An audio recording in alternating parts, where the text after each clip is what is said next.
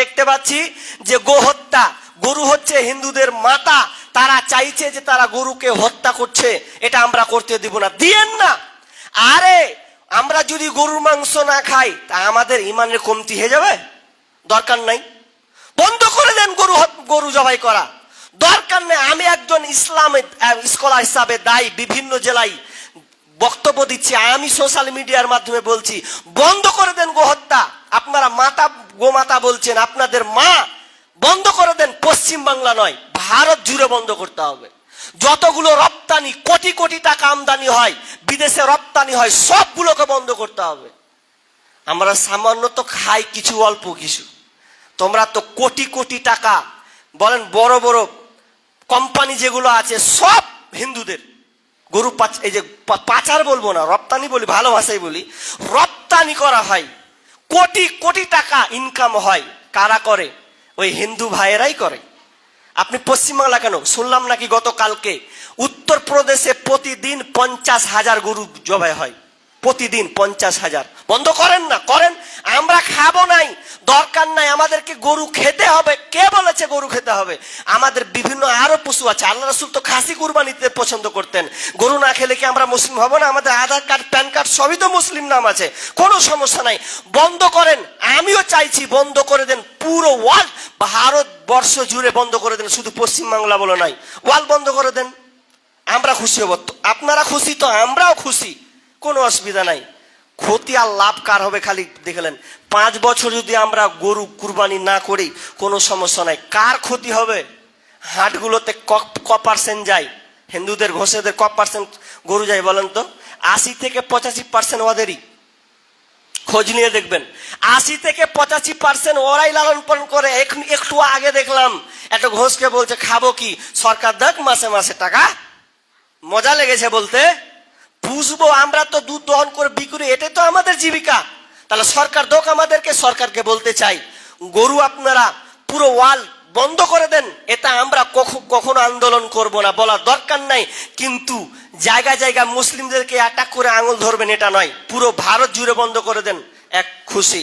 কারণ আমরা জানছিলাম পৃথিবীতে সবচাইতে ভারত গরু রপ্তানিতে 2 নম্বর ছিল, এবার 2026-এ 1 নম্বরে আছে। গরু রপ্তানিতে 1 নম্বরে আছে, পৃথিবী জুড়ে 1 নম্বরে আছে ভারত। বন্ধ করেন না, কোটি কোটি টাকা কাদের যাবে? বন্ধ করে দেন, আমরা না খেলেও চলবে।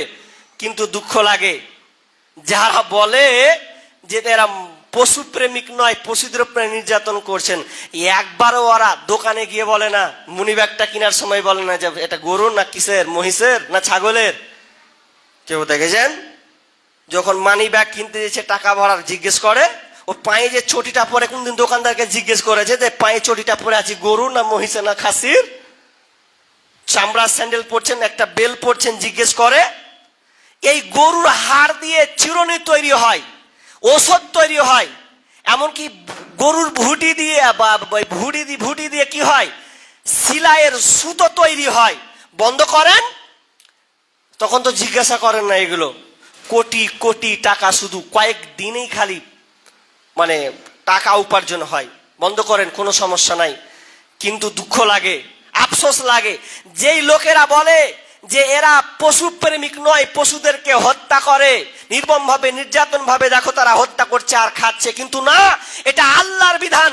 যে আল্লাহ আমাদেরকে পশুর উপরে ভালোবাসা দেখাতে বলেছেন, দরদি দেখাতে বলেছেন, সে আল্লাহ আমাদেরকে বলেছেন সূরা হজ সূরা নম্বর 22 আয়াত নম্বর 34, আল্লাহ সুবহানাহু ওয়া তাআলা বলছেন লিকুল্লি উম্মাতিন জাআলনা মানসাকাল লিয়াযকুরু ইসমাল্লাহ আলা মা রাযাকাহুম মিন বাহিমাতিল আনআম।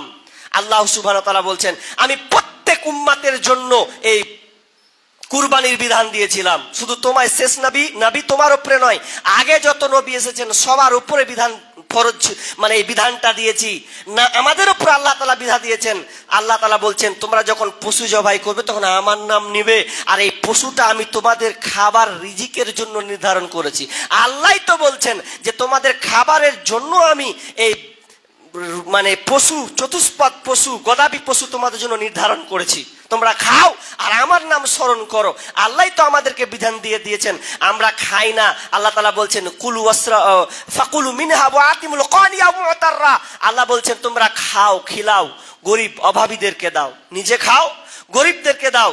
আমাদের এখানে ক্ষতি কিছু নাই, আমরা কুরবানিটা দিই খাওয়ার জন্য নয়, আল্লাহকে সন্তুষ্টি করার জন্য দিই। নিজে খাই, যেমন আমরা কুরবানি খাই তেমন আমরা গরিবদেরকে দিই, অভাবীদেরকে দিই। অনেক মানুষ খাসি খেতে পারে না, বছরে 2 বা 3 বার খায়, মানুষ তার খাওয়ার সাধ্য নাই, কিন্তু কুরবানি এলে তার বাড়িতে 2টা মাংস পৌঁছায়। এটাই উদারতা, এটা হচ্ছে ইসলামের উদারতা। এই জন্য আমরা কুরবানিটা করে থাকি মহতারাম হাজিরিন। কিন্তু আমরা দুঃখ লাগে, আমরা মানুষ কুরবানি করছি, অনেক জিনিস নিয়ে আমরা গবেষণা করি, কিন্তু আমরা এইগুলা বিষয়ে বাতিলের সঙ্গে কথা বলতে পারি না। ঝগড়া করার দরকার নাই, ওদের সঙ্গে যুক্তিতে কথা বলুন, 1 সেকেন্ড টের পাবে না। আপনার মনে হয় যে গরু রপ্তানি বন্ধ করবে, সময় সময় আসবে মুসলিমদেরকে একটু করবে, আর কি বলে আমরা জবাই করছি। এত বললাম না বিজ্ঞানী থিওরি আপনাকে দিচ্ছি, ওরা এক বলিতে ছুপিয়ে দেয়, একদম দ্বিখণ্ডিত করে দেয়। আমরা 5টা রগ কাটি, 5টা রগ একদম কয়েক সেকেন্ডে আমরা কেটে ফেলি। বিজ্ঞান বলছেন এটা হচ্ছে যুক্তিসম্মত, এটা বিজ্ঞান ভিত্তিক। কিভাবে? একটা মানুষ যখন হাঁটে, হাঁটার সময় দেখবেন হোঁচট যখন খায়, কোনো জায়গায় ধাক্কা লাগে, তখন সঙ্গে সঙ্গে ব্যথা পায় না। কখন হয়?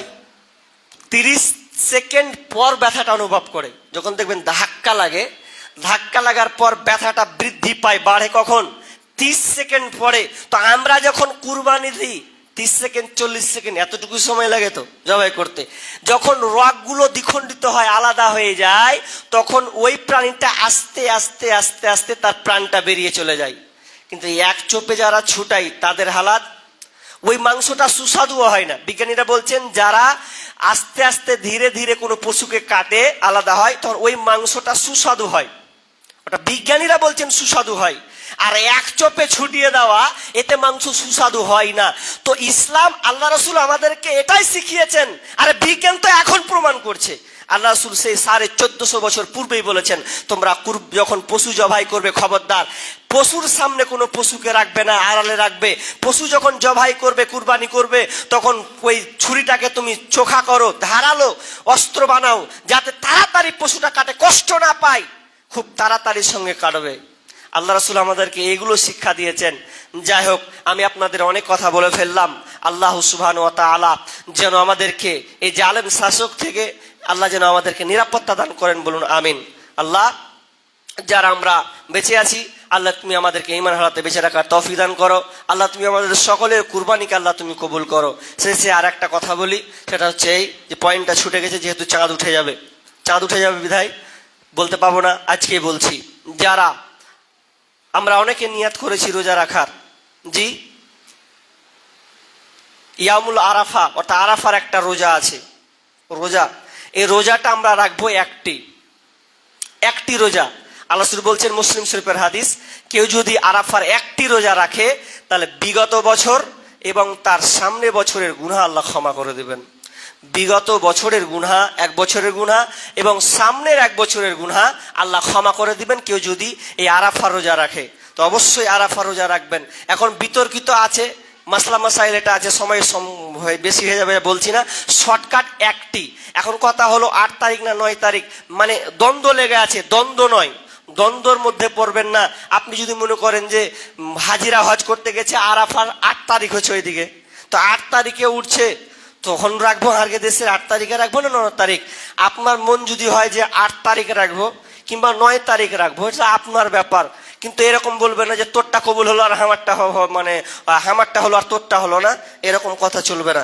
আপনার মন হয় 8 তারিখ রাখুন কিংবা 9 তারিখ রাখুন। কিন্তু এবার যদি বলেন যে মুলিসা আপনার ব্যক্তিগত মত, আমি যতটুকু আলেম ওলামাদের বক্তব্য ঘেটেছি, কোরআন হাদিস যতটুকু নির্ধারণ করেছি, যেহেতু আল্লাহ বলছেন সুমুলিয়া রুয়াতি ওয়াফতুল রুয়াতি, তোমরা চাঁদকে দেখো, চাঁদ, তাহলে আমাদের দেশে অনুযায়ী চাঁদ যদি দেখি তাহলে আরাফার দিন পড়বে 9 তারিখ।